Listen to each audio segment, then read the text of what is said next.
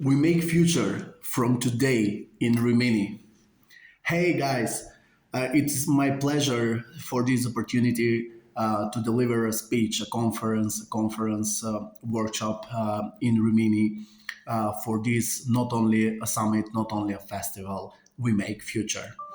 As you can see, my title for a speech it's resilience as a first precondition for a startup scalability. You know, I here will cover three pillars which are so important for resilience for a startup scalability. The first one is resilience per se, which is applicable for a startup community. The second one is resourcefulness and what is going on with startup founders when they need it. And the third one is pitching skills and why are pitching skills a must for startup founders.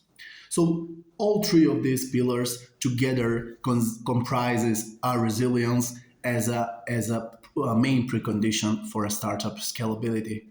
Actually, in the first pillar, in the resilience part, I would talk about more deeply about what World Economic Forum and McKinsey company just recently, like 2 months ago, announced a report about resilience and eight aspects about it, and what are these aspects in the global perspective, in the global manner. So I'm going to focus on the resilience, which are and those aspects which are really applicable for a startup community, and of course Europe-based startups especially.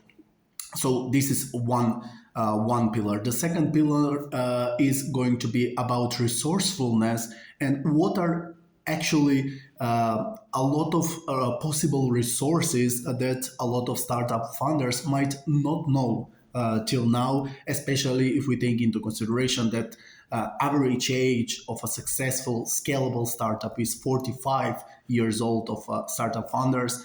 And actually, nowadays we have a majority of startup founders who are actually in their 20s.